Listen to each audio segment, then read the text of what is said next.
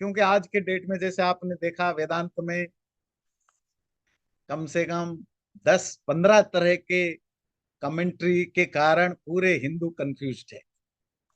कोई अद्वैत पकड़ के बैठा है, कोई द्वैत, कोई शुद्धाद्वैत, कोई विशुद्धाद्वैत, कोई अचिंत्य भेदाभेद अद्वैत पकड़ के बैठे। वेदांत में ना अद्वैत है, ना द्वैत है, ना शुद्धाद्वैत, नथिंग। ये लोग क्यों कंफ्यूज्ड हुए हिंदू?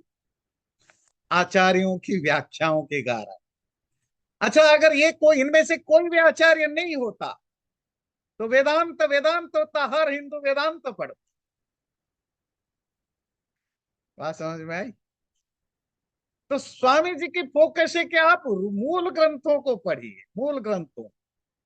अगर सहारा के लिए, हेल्प लेने के लिए कोई भाष्य पढ़ना भी है तो जो भाष्य शास्त्रों के जो ऑथर हैं उनके कंटेम्पररी हो, 100-200 साल के आसपास जो कमेंटेटर आए, उनका भाष्य ज्यादा ऑथेंटिक होगा। कोई भाष्य अगर 1000 साल के बाद लिखा जाता है, 500 साल के बाद, 1500 साल के बाद लिखा जाता है, वो ऑथेंटिक होना बहुत डाउटफुल है। मैं आपको एक बहुत ही जेन्युइन एग्जाम्पल देता हूं। वेदों के ऊपर जो भाष्य भाष्य समझ में आया ना, कमेंट्री, एक्सप्लेन जिसको कहा किया जाता है, एक्सपोजिशन, जिसे कि आम लोग उसको समझ सकें। वेद हमारे लिटरेचरों में सबसे ओल्डेस्ट लिटरेचर है, और किसी कारण से कि वेदों का भाष्य, कमेंट्री हमें नहीं मिलता 15 सेंचुरी तक या 14 सेंचुरी तक नहीं मिलता।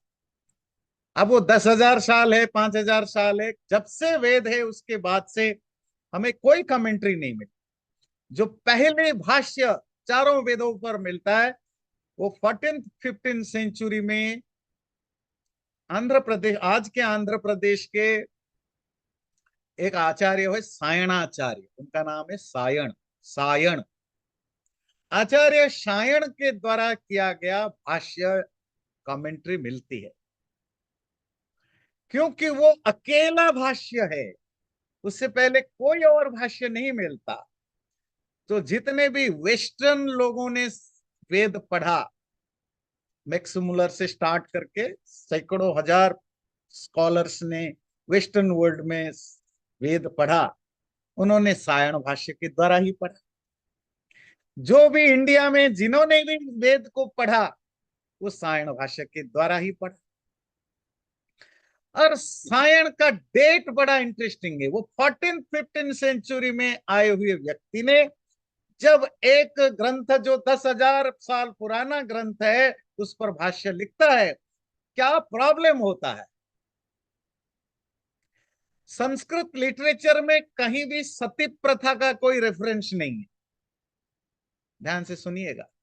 सती प्रथा जो अंग्रेजों ने और लेफ्टिस्ट लोगों ने खूब हवा मचाया, किसी भी धर्मशास्त्र में, संस्कृत किसी भी हिंदू शास्त्र में सती प्रथा का कोई रेफरेंस। और ये नॉर्मली जो सोशल कॉस्टम्स होते हैं ना, कहाँ मिलता है? धर्मशास्त्रों में, जिसको मनुस्मृति आदि, यही धर्मशास्त्र जो होते हैं, they are dealing with custom, social rules and regulations. किसी भी धर्मशास्त्र में सती प्रथा का कोई रेफरेंस नहीं। पर सायणाचार्य वेद के कुछ मंत्रों में सती प्रथा को जस्टिफाई करते, मंत्र की व्याख्या में लिखते हैं, लिखते हैं। जब जो अगर वेद में ऐसा कुछ होता तो वेद के बाद बाकी लिटरेचरों में भी उनको दिखता।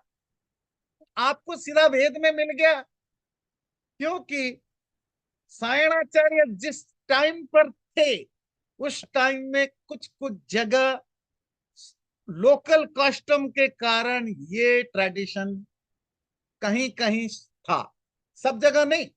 और जिस एरिया में था सायण, उसी एरिया के थे, तो उन्होंने, क्योंकि वो कंजर्वेटिव ब्राह्मण थे, तो उनका काम है कि ट्रेडिशन को जस्टिफाई करना, तो उन्होंने वेद मंत्रों की व्याख्या में जस्टिफाई कर दिया। इसी तरह जो लोग ये दावा करते हैं कि वेदों में यज्ञ, बलि की, बलि पशु आदियों की बलि देने की रेफरेंस मिलता है ना। सब बच्चे स्कूल में, सब बच्चे कॉलेज में, हिस्ट्री पढ़ने वाला हर बच्चा पढ़ता है कि वेदों में गाय वगैरह की बलि देने की व्यवस्था है। तो बुक किसने लिखा? हिस्टोरियन ने लिखा। हिस्टोरियन को तो संस्कृत वेद ज्ञान नहीं है, तो उन्होंने झूठ लिखा नहीं। किसी भी हिस्टोरियन ने झूठ नहीं लिखा है। क्यों? उनको कोई ज्ञान नहीं है। उन्होंने कहां से हेल्प लिया? जो इंटरप्रिटेशन है, कमेंट्री है। और कमेंट्री, अकेली कमेंट्री किसकी मिलती है? सायण की। तो सायण की कमेंट्री में ये मिलता है, क्योंकि 13-14 सेंचुरी में बलि प्रथा काफी चल रहा था, तंत्र के इन्फ्लुएंस के कारण। तो मेरा पॉइंट है, मैं ज्यादा नहीं जाऊंगा। तो 13-14 सेंचुरी में जो भी सोशल एविल्स थे, कॉस्टम्स थे, अच्छे या बुरे, सबको सायणाचार्य ने जस्टिफाई किया, अपनी कमेंट्री में स्थान दे दिया। और आज तक हर वो व्यक्ति जो वेद पढ़ता है वो किसकी भाष्य पढ़ेगा? क्योंकि एक ही भाष्य अवेलेबल है, सायण भाष्य। तो सायण को, वो वेद तो नहीं पढ़ता, वो तो सायण को पढ़ेगा और कहेगा कि वेद में लिखा है। इसीलिए वेस्टर्न, ये वेस्टर्न स्कॉलर्स की गलतियां नहीं है, ये लेफ्टिस्ट लोगों की गलतियां नहीं है। ये तो 14 सेंचुरी में पैदा हुआ कमेंटेटर की इशू है, जो अपने से 8,000, 9,000, 10,000 साल पहले लिखे गए लिटरेचर को आज के डेट के कॉन्टेक्स्ट के हिसाब से इंटरप्रेट करता है। जैसे कि आगे जाकर के इस्लाम आए भारत में, उन्होंने कुछ मौलवियों को स्पॉन्सर किया कि आप भी वेद वगैरह पढ़ो, ढूंढो इस्लामिक ट्रेडिशन की हिस्ट्री, उनमें से साबित प्रूफ करो। तो मौलवियों ने वेद पढ़े, उर्दू में, अरबी में, पारसी में ट्रांसलेट किया, और उन्होंने ये एस्टैब्लिश किया कमेंट्री के थ्रू, एक्सपोजिशन क्या। वेदों में बहुत सारे जगह मोहम्मद का रेफरेंस मिलता है। इसका मतलब मोहम्मद इज प्री वैदिक। Islam is not 1400 years release. कोई भी मुसलमान नहीं मानता है कि इस्लाम 15 ईयर्स ओल्ड है। वो कहते हैं हम तो सृष्टि के क्रिएशन के आरंभ से हिंदू धर्म से पहले भी थे। And where they got the proof? From Vedas.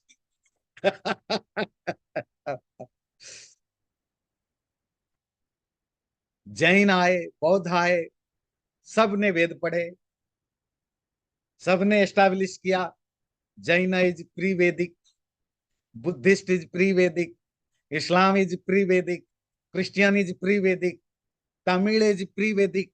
हर व्यक्ति अपने आप को एंशिएंट साबित करने के लिए क्या कोशिश किया?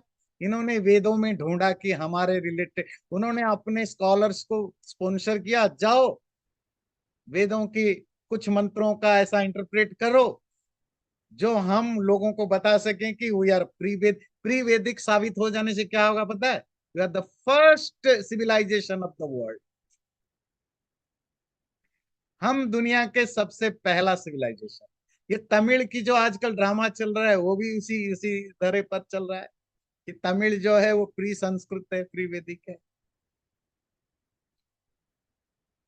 पर इसकी स्टार्टिंग पॉइंट कहां से हुई? सायण से। और इशू, मैं सायण को गलत नहीं कह रहा हूं, सायण ने वही किया जो उसको पता था। और अगर आज सपोज आज कोई अमेरिका में बैठ के वेदों की भाष्य लिखता, आज तक कोई भी भाष्य नहीं था। सपोज एक इमेजिनरी स्टेट में जाइए कि वेदों का अभी तक कोई कमेंट्री नहीं हुई थी, कोई अमेरिकन संस्कृत स्कॉलर वेदों का भाष्य करता आज के डेट में, किसी बड़े यूनिवर्सिटी के, हार्वर्ड वगैरह के किसी बड़े यूनिवर्सिटी का प्रोफेसर, आपको पता है उन्होंने वेदों में क्या क्या निकालता? एलजीबीटी वेदों में कैसे भरा पड़ा है, एलजीबीटी कंसेप्ट। इक्वालिटी की। तो जैसा जैसा आप जिस तरह के सोसाइटी में रहते हैं, उस सोसाइटी को जिस चीज को आप मानते हैं, वही चीजें आप दिखाएंगे। ये जानना बहुत जरूरी है। हम जब दूसरों की ट्रांसलेशन या इंटरप्रिटेशन पढ़ते हैं, हमें यह जानना जरूरी है कि आप मूल ग्रंथ नहीं पढ़ रहे हो। मैं जब दिल्ली यूनिवर्सिटी में पढ़ता था, तो एक हिस्ट्री के प्रोफेसर, पता नहीं कौन से यूनिवर्सिटी के, एक सेमिनार में था। 91 और 2, आज से कितने साल हो गया, करीब 30 साल पहले, 25-30, जब एलजीबीटी थ्योरी वगैरह भारत में इंट्रोड्यूस हो रहे थे। अमेरिकन और वेस्टर्न मनी, आज भी बिलियंस में आता था, स्पॉन्सर किया जाता था। आपको पता है वो एलजीबीटी सपोर्टर प्रोफेसर ने क्या रिसर्च थ्योरी एस्टेब्लिश किया उस दिन? कहा कि महाभारत में Krishna and Arjuna are are gays and they have their gay relationship. वहां कम से कम, और उन दिनों कांग्रेस की सरकार वगैरह होती थी, कोई आप सवाल नहीं पूछ सकते, कोई क्वेश्चन। उतने लोगों ने हाथ उठाया क्वेश्चन, और सारे वो स्टेज पर बैठे हुए सब संस्कृत के स्कॉलर थे, संस्कृत के स्कॉलर थे। जिसने, जिस प्रोफेसर ने इसको, इस रिसर्च पेपर को रखा, वो हिस्ट्री का प्रोफेसर है। किसी संस्कृत प्रोफेसर ने ऑब्जेक्ट नहीं किया, और किसी को क्वेश्चन पूछने तक नहीं दिया। और जो वर्ड चूज किया, बोले देखो, जो सखा होता है ना, सखा शब्द, कृष्ण अर्जुन को सखा कहते हैं, अर्जुन कृष्ण को सखा कहते हैं। ये सखा जो होता है, ये होमोसेक्सुअल लोग एक दूसरे को कहते हैं। और पता नहीं कहाँ रिसर्च किया, कैसे किया, Krishna Arjuna are homosexuals and they have the relationship, physical relationship. ये थ्योरी क्यों आई? क्योंकि वो एक सपोर्टर ऑफ होमोसेक्स है, उसको हिंदू धर्म में पेनेट्रेट करना है, तो वो महाभारत की स्टोरियों को भी चेंज कर देते। अगर सायण के समय ये अगर बहुत प्रिविलेंट होता हिंदू धर्म में, शायद सायण भी यही लिखता कि वेदों में होमोसेक्स की काफी कहा गया है, तो आप लोग करो। अरे आप कहेंगे नहीं, आप बड़े बुरी बात कर रहे हैं, आप सायण को ऐसे, आचार्य को ऐसी बुरी बात मत बोलो कि वो होमोसेक्स को प्रमोट करता है। इसके पीछे मेरी लॉजिक है। लॉजिक है कि वही सायण और उनके कंटेम्पररी और एक है वेंकट माधव, वो यजुर्वेद के कुछ मंत्रों का अर्थ पता है क्या करते हैं? आप लोग यहाँ मैच्योर है तो आपको मैं बता सकता हूँ। वो करते हैं, अश्वमेध यज्ञ में राजा की जो वाइफ है, महारानी है, वो घोड़ा शाल में जाके घोड़ा के साथ सेक्स करता है, करती है। ऐसा वेदों में लिखा है। वो मंत्रों को कमेंट्री लिखते हैं। तो जो आचार्य मंत्रों की ये अर्थ निकालता है कि महारानी लोग घोड़ों के साथ सेक्स करते थे, और ये रिलीजियसली होना चाहिए, उसको जस्टिफाई करते थे, वो क्यों नहीं होमोसेक्स को डोंट से। प्रॉब्लम बात था कि उन दिनों होमोसेक्स की प्रचलन नहीं था।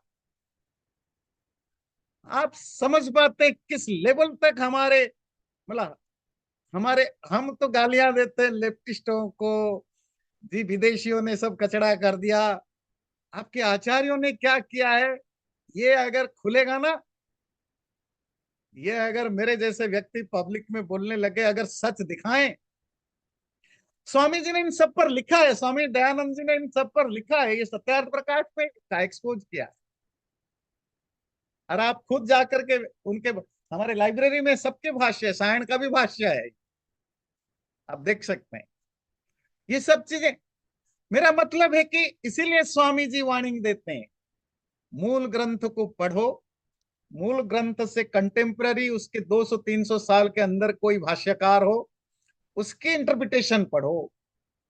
बाकियों का पढ़ के आप शास्त्र को तो कम समझोगे, पता नहीं कुछ और समझ बैठे।